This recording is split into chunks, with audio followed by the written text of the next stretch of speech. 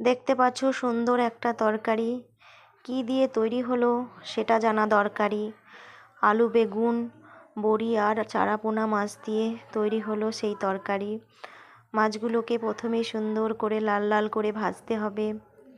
ভাজার পরে আলুগুলোকেও সুন্দর করে নাড়িয়ে নাড়িয়ে এপিট ওপিট করে লাল করে ভাজতে হবে। বড়িগুলোকেও সুন্দর করে ভাজতে হবে। ভাজা হয়ে গেলে আদা জিরে কাঁচা লঙ্কা শুকনো লঙ্কা বেটে তা মশলাটা করে নিতে হবে।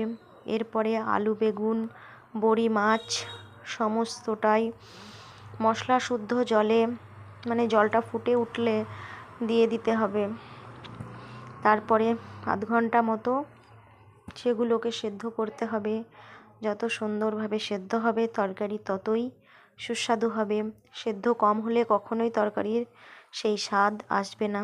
তাই সুন্দরভাবে তরকারিটিকে জাল করতে হবে। আর জালটা সুন্দরভাবে হলেই তরকারিটাও সুসেদ্ধ হবে, খেতে ততটাই টেস্টি হবে। ভিডিওটি ভালো লাগলে অবশ্যই লাইক কমেন্ট শেয়ার